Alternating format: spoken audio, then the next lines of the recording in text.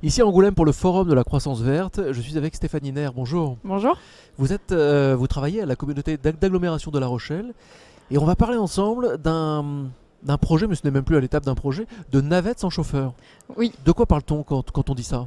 Alors, ce sont des petits véhicules, comme des petites navettes, qui peuvent transporter jusqu'à 9 personnes et qui, par contre, n'ont pas de volant, pas de pédale, voilà, et qui circulent, par contre, dans la ville. Donc il y a 9 personnes qui montent à bord d'un véhicule, il n'y a, Il y a pas de chauffeur. Il n'y a pas de chauffeur. Et Alors, il y a ils une savent où ils personne vont à bord. derrière, ils peuvent Ils s'arrêter savent où où ils ils vont, veulent. puisque à La Rochelle, quand ça a été mis en service pour l'expérimentation, c'était sur un tracé prédéfini, comme une ligne de bus, Ouais. et donc avec des arrêts. Mais par contre, effectivement, pas de pédale pour freiner, pas de volant pour diriger, voilà, juste une personne à bord pour les accueillir. Ah, il y a quand même quelqu'un à bord. Voilà, et puisque c'était demandé pour des aspects de réglementation, voilà, qu'il y ait quand même quelqu'un à bord, mais sinon, non, personne qui dirige réellement le véhicule, si ce n'est des lasers, voilà, des GPS pour diriger le véhicule.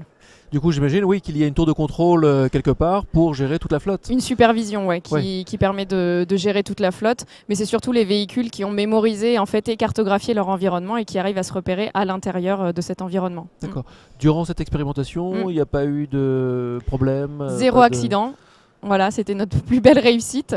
Et 15 000 passagers qui sont montés à bord. Et ça a permis justement au constructeur du véhicule de rencontrer tout un tas de situations et d'améliorer son système. J'imagine que ça correspond également à une demande, à un besoin sociétal. Il faut que les gens sortent de chez eux, aillent quelque part, mais sans forcément utiliser leur voiture, c'est ça? Leur voiture, voilà. C'est toujours trouver des solutions les plus adéquates pour que les gens se déplacent différemment qu'en voiture et différemment qu'en voiture polluante de préférence. Ouais. Donc les véhicules étaient aussi des véhicules électriques, oui. Les personnes à mobilité réduite également? Alors, Alors pas dans le véhicule qu'on a eu à La Rochelle, justement, puisqu'il n'était pas accessible. C'était un des points un peu difficiles à gérer. Mais par contre, les derniers véhicules qui ont été sortis et construits, forcément, incluent l'accès pour les personnes voilà, à mobilité réduite. Tout à fait, oui. D'accord.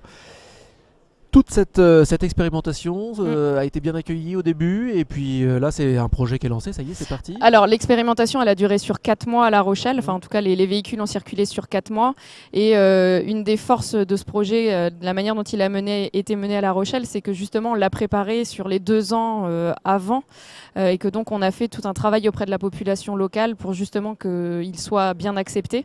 Et par contre, maintenant, l'expérimentation est terminée depuis avril 2015. Et donc, si on s'engage à nouveau ce qu'on aimerait sur ce genre d'expérimentation dans les années à venir, voilà, il faudrait à nouveau recommencer ce travail d'appropriation de la population. Parce que là, le projet, l'idée est dans La Rochelle, mais petit à petit, ce sera un petit peu partout. Comment ça va? On n'a pas encore trouvé le bon évoluer positionnement, on ne sait pas réellement voilà, à quel service exactement ça pourrait répondre. Quand on a testé ces véhicules, là, c'était vraiment de commencer à tester le système en lui-même. Voilà, maintenant, il faut qu'on trouve son bon positionnement dans le maillon des déplacements et dans la chaîne de mobilité. Bon, ben, vous confirmez un constat que l'on retrouve ici au Forum de la Croissance Verte, là, à Angoulême. C'est qu'il y a vraiment une dynamique dans cette Nouvelle-Aquitaine. Il se passe quelque chose, n'est-ce pas? Vous n'allez pas me contredire? Non. Bon, je vous remercie beaucoup, Stéphanie Nair. Pas de quoi.